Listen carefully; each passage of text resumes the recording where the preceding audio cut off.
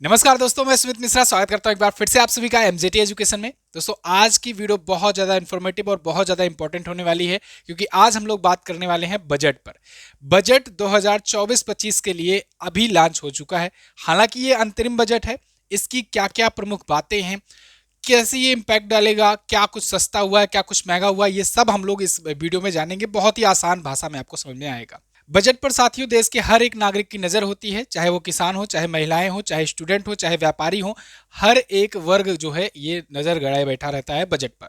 तो बजट बहुत ज़्यादा इंपॉर्टेंट होता है क्योंकि सरकार बजट के माध्यम से बताती है कि आगे आने वाले समय में क्या कुछ खर्च करने वाली है, क्या क्या स्कीम्स, क्या क्या योजनाएं किसके किसके लिए लाने वाली है। हालांकि इस बार का बजट अंतरिम बजट रहा है। ये क्या होता है इसको भी समझाऊंगा। तो चलिए शुरू कर देते हैं वीडियो को, एक एक पॉइंट करके जानते चलते हैं। सबसे पहले बजट पेश किया है निर्मला सीतारमण जी ने। निर्मला ताई जो है ये छठी बार बजट पेश कर रही हैं। छठवीं बार बजट पेश करने वाली ये दूसरी भारतीय है। इससे पहले मोरारजी देसाई जी के नाम सबसे ज्यादा 10 बजट पेश करने का रिकॉर्ड है, जो कि बाद में प्रधानमंत्री भी बन चुके। वित्त मंत्री के रूप में इन्होंने छठी बार बजट पेश किया है। इससे पहले मैं बजट के बारे में कुछ आगे बताऊं, आपको बजट समझ लेना चाहिए बजट आखिर में होता क्या है। साथियों, आप चाहे अपने घर में ही या अपने फैमिली मेंबर के बीच में जब भी कोई प्लानिंग करते हो कि अगले महीने, मान लो एक महीने का मोटा मोटा लेकर चलते हैं कि अगले महीने आपको कहाँ कहाँ पर कितना कितना खर्च करना होता है, तो उसके लिए एक एस्टिमेट बनाते हो। ठीक है, तो एक एस्टिमेट बनाते हो कि हमें इसके लिए बच्चे के स्कूल की फ़ी के लिए और कहीं कोचिंग के लिए, कोई कोर्स के लिए, किसी चीज़ के लिए इतना खर्च करना है, इतना मेडिकल के लिए खर्च करना है, इतना हमें यात्रा करेंगे उस पर खर्च करना है। ऐसे ऐसे एक एस्टिमेट बनाते हो कि इतना अपना बजट है और अपने बजट के अनुसार इतना इतना जगह हमें खर्च करना है इसको। ठीक है, आपका मान लो एक निश्चित अमाउंट आ रहा है। तो ठीक ऐसे ही सरकारें भी करती है। सरकारें 1 फरवरी को, चूंकि अब तो पैटर्न बन गया है 1 फरवरी, अब कोई निश्चित कहीं लिखा नहीं हुआ है कि 1 ही फरवरी को जारी किया जाएगा, है ना। लेकिन चूंकि कुछ सालों से होता चला है, इसलिए 1 फरवरी को हर साल आता है बजट। और ये ठीक भी पड़ता है क्योंकि वित्तीय वर्ष जो है वो शुरू होता है 1 अप्रैल से, तो इसलिए 1 फरवरी को जारी हो जाता है। जैसे सुविधाएं व्यवस्थित हो जाए फिर 1 अप्रैल से लागू कर दिया जाता है बजट को। तो सरकार भी क्या करती है कि अगले वित्तीय वर्ष में कहां कहां पर खर्च करना है, किस प्रकार से खर्च करना है, किस किस सेक्टर में खर्च करना है, कैसे अपने देश को आगे गति देनी है, कैसे सभी वर्ग को संतुष्ट करना है, इन सब के लिए एक बजट पेश करती है जिसमें ये बताती है कि हम यहाँ यहाँ पर इतना इतना खर्च करेंगे, ये हमारी योजनाएं आने वाली हैं, ये हमारे प्रोजेक्ट्स आने वाले हैं, यहाँ यहाँ पर हम लोग खर्च करेंगे। तो यही होता है बजट, ठीक है, सरकारों का। अब बजट से ठीक एक दिन पहले एक इकोनॉमिक सर्वे रिपोर्ट भी आती है। इस बार इकोनॉमिक सर्वे रिपोर्ट नहीं आई है, इस बार the Indian economy a review नाम से एक रिपोर्ट पब्लिश की गई है। कारण क्या है समझिए, बात यह है कि इस बार ना अंतरिम बजट पेश किया गया है। इस बार आम बजट नहीं पेश किया गया। क्यों? क्योंकि इस बार चुनाव लगा है, अप्रैल मई में चुनाव होने हैं। तो ऐसे में सरकारें जो है जब चुनाव होना होता है तब अंतरिम बजट पेश करती हैं, क्योंकि सत्ता परिवर्तन होने का खतरा बना रहता है कि मतलब अभी बजट मान लो 1 साल का लॉन्च कर दिया और सत्ता परिवर्तन हो गया तो क्या होगा। ठीक वैसे ही समझो जैसे कि जिंदगी है, 4 दिन का रिचार्ज करा लिए 1 महीने का, है ना। तो इसी वजह से इकोनॉमिक सर्वे भी ये लोग नहीं जारी किए। सर्वे क्यों नहीं जारी किए? इकोनॉमिक सर्वे क्या है पहले इसको समझो। जब हम लोग बजट लॉन्च करने जा रहे होते हैं, पेश करने जा रहे होते हैं, तो देखते हैं ना कि पिछला जो है वो कैसा परफॉर्मेंस रहा। जैसे जैसे मैंने आपको 1 महीने का एग्जाम्पल दिया था अपने घर में कि आप अगले महीने का अगर खर्च करने का एस्टिमेट बना रहे हो कि कहाँ कहाँ खर्च करना है, तो आप थोड़ा सा पिछला महीना का देखोगे तो ना कि कहाँ हमने खर्च किया, कितना ज़्यादा खर्च कर दिया और कहाँ कहाँ पर हमें कमी करी, कहाँ कहाँ पर हमें ज़्यादा पैसा नहीं खर्च करना था हमने ज़्यादा खर्च कर दिया, कहाँ पर हमारा सेक्टर छूट गया, ये सब आप देखते हो, पिछले साल का एक रिव्यू करते हो। तो वही रिव्यू रिपोर्ट जो होती है उसे कहते हैं इकोनॉमिक सर्वे रिपोर्ट। तो वो प्रत्येक वर्ष फरवरी से 1 फरवरी बजट आता है, उससे जस्ट एक दिन पहले आता है इकोनॉमिक सर्वे रिपोर्ट, लेकिन जिसे आर्थिक सर्वेक्षण रिपोर्ट कहते हैं हिंदी में। लेकिन इस बार आर्थिक सर्वेक्षण नहीं आया। इस बार एक छोटी सी रिपोर्ट पब्लिश की गई, 74 पेजेस की एक पीडीएफ ये लॉन्च किए हुए हैं the Indian economic A review नाम से। अब इसके पीछे भी इनका तर्क है। तर्क क्या है? देखो, इसमें अंतरिम बजट जो होता है ना, कहा ही जाता है vote on account budget. Vote on account budget इसलिए क्योंकि ये जो अंतरिम बजट होता है इसमें सरकार लुभावने ऑफर देती है जिससे लोग फिर से उन्हीं की सरकार को चुने। इसमें सरकार ये बताती है खास करके कि हमने पिछले दिनों में क्या क्या कुछ किया हुआ है। मतलब अगर मान लो 2 बार से सरकार है तो पूरा 10 साल का पूरा वो एस्टिमेट सामने रखेंगे लोगों के। अगर मान लो 5 साल की सरकार थी और 5वां साल इस बार है तो पिछले 5 साल का वो रखेंगे।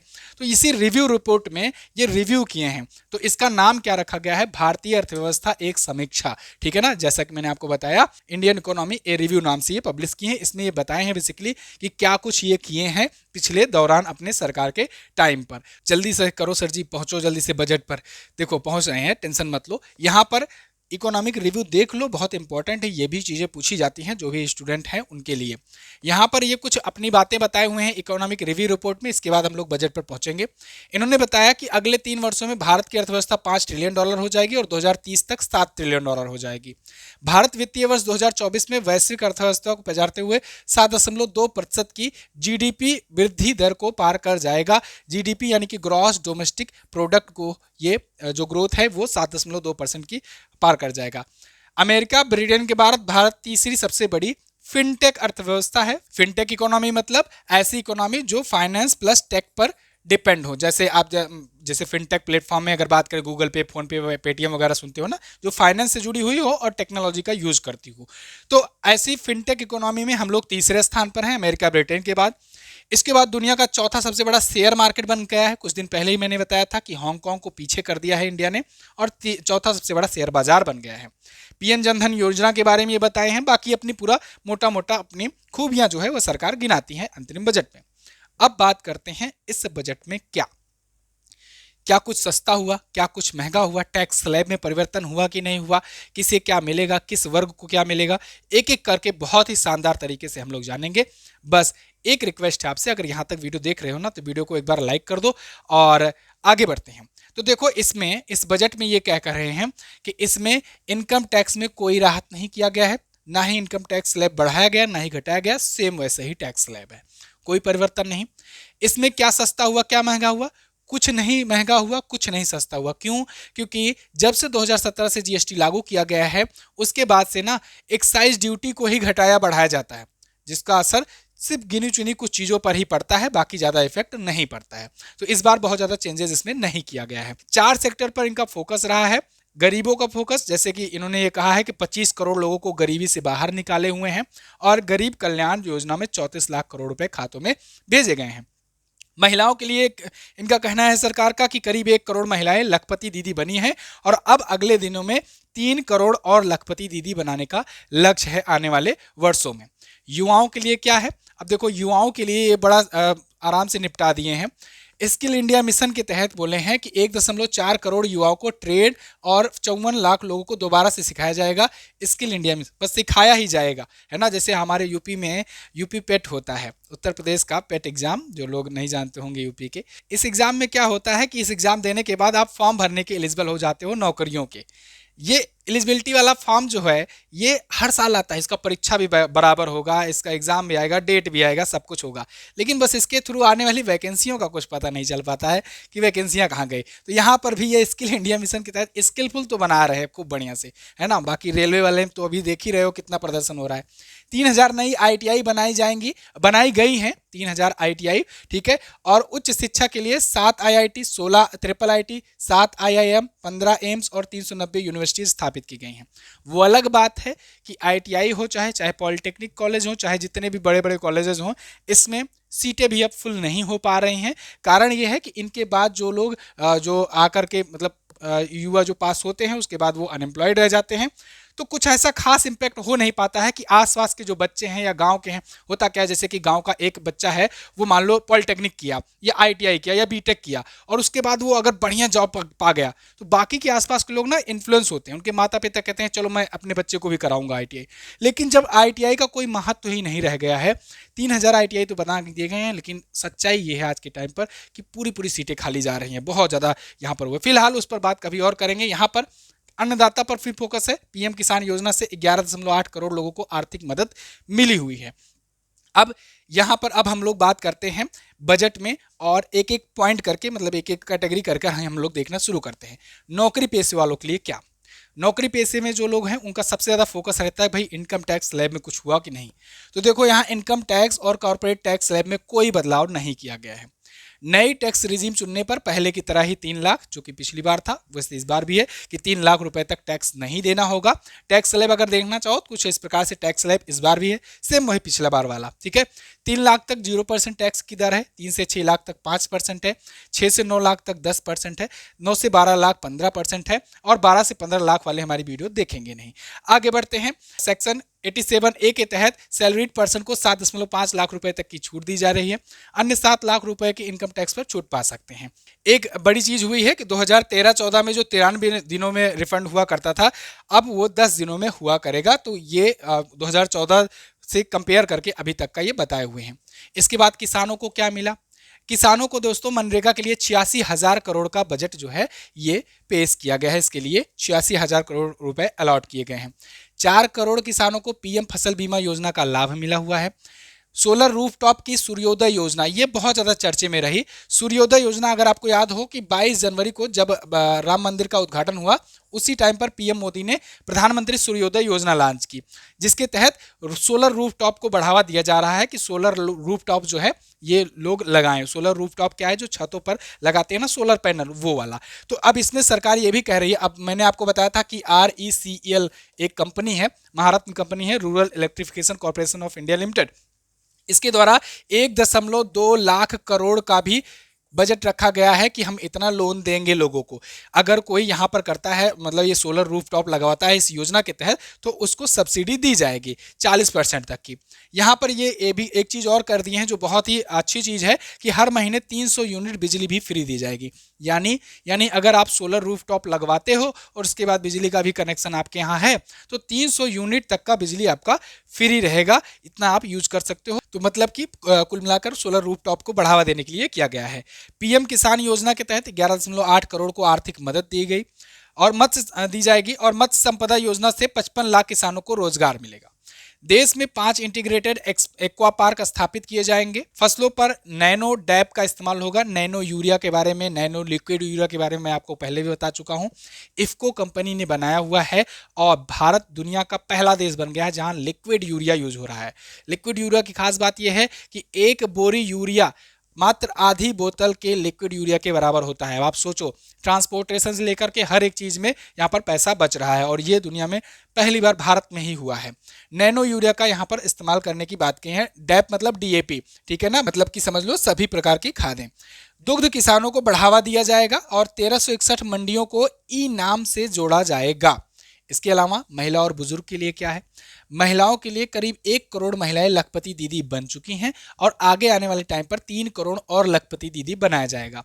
मैंने आपको बताया था 15 अगस्त के भाषण में पीएम मोदी ने 3 प्रमुख योजनाओं की घोषणा की थी। एक था विश्वकर्मा योजना, शुरू हो चुकी है, लखपति दीदी योजना शुरू हो चुकी है, गरीब कल्याण योजना शुरू हो चुकी है।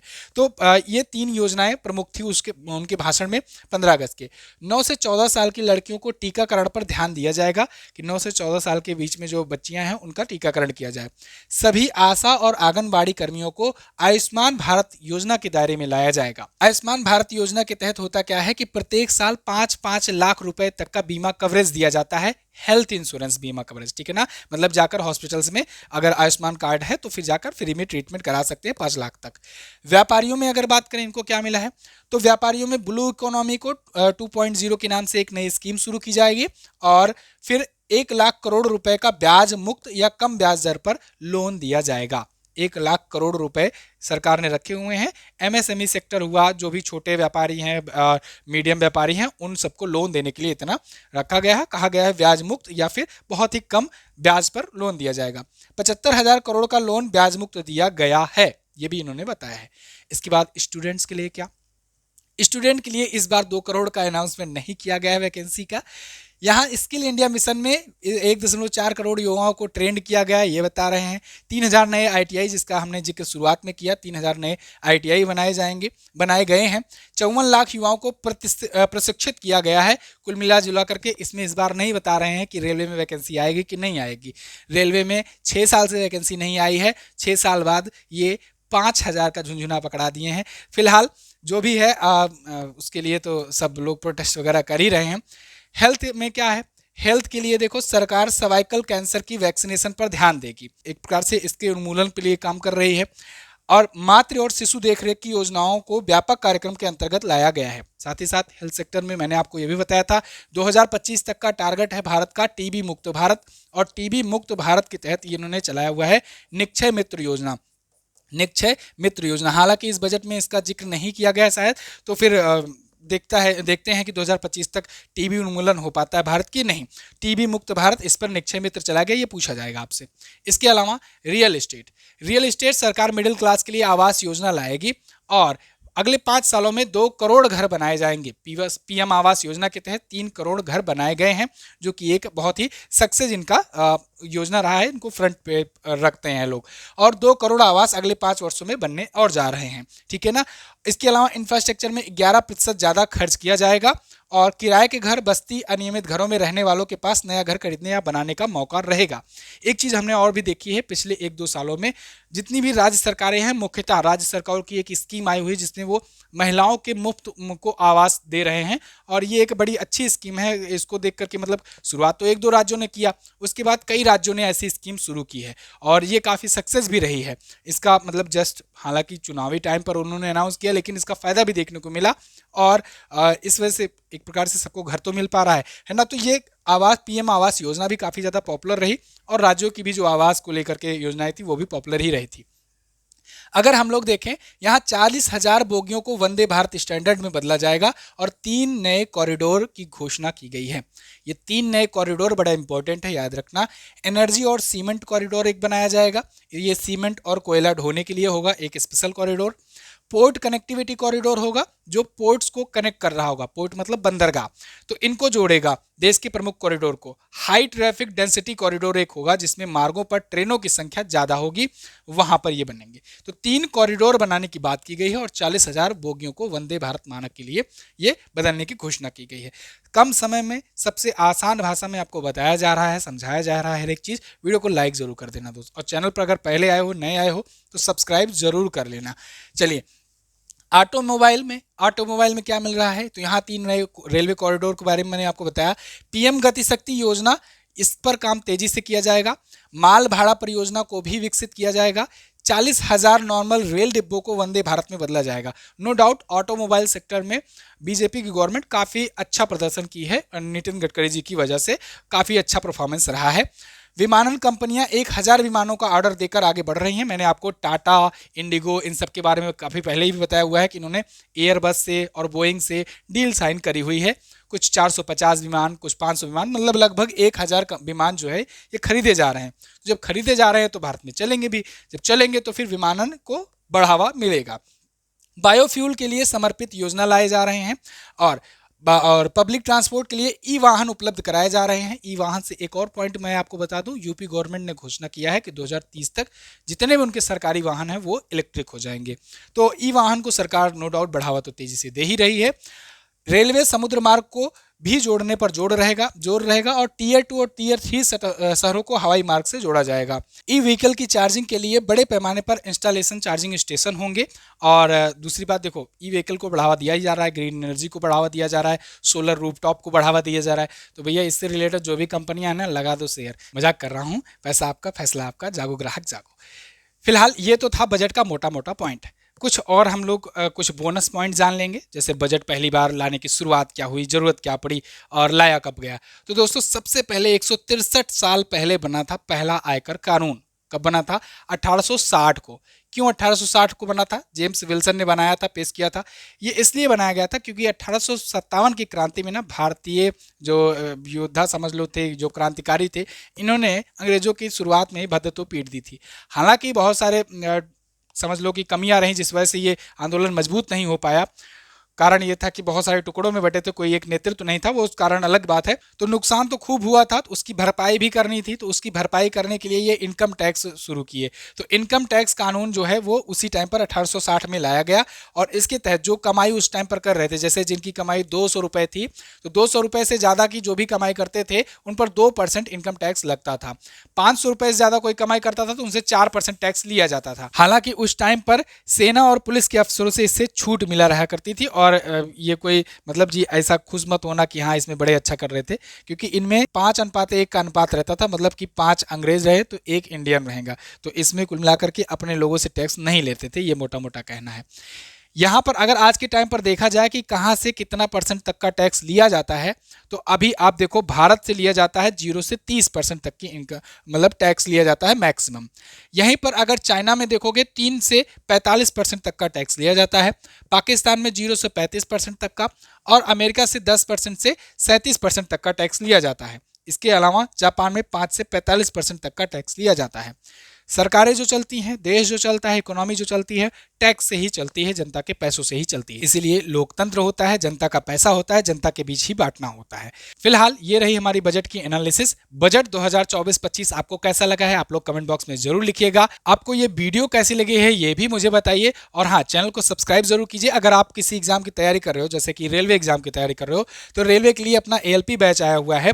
ALP में मैं खुद सिलेक्टेड रहा हूँ 2018 में, तो आपको बेहतरीन गाइडेंस के साथ पूरा एंड तक लेकर जाऊंगा, सिलेक्शन तक लेकर के जाऊंगा, और इसके लिए कंप्लीट बैच लाया गया है। अगर आप ज्वाइन करना चाहते हैं, इच्छुक है, तो आप ज्वाइन कर सकते हैं। ये व्हाट्सएप का नंबर है, मैं आपको डिस्क्रिप्शन में मेल दे दूंगा, तो आप वहां से भी संपर्क कर सकते हैं। इसके अलावा MZT ऐप पर अपना बैच अवेलेबल है।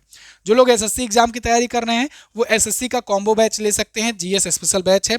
अब आपको SSC के लिए अलग अलग एग्जाम के लिए अलग अलग कहीं से बैच लेने की जरूरत नहीं है।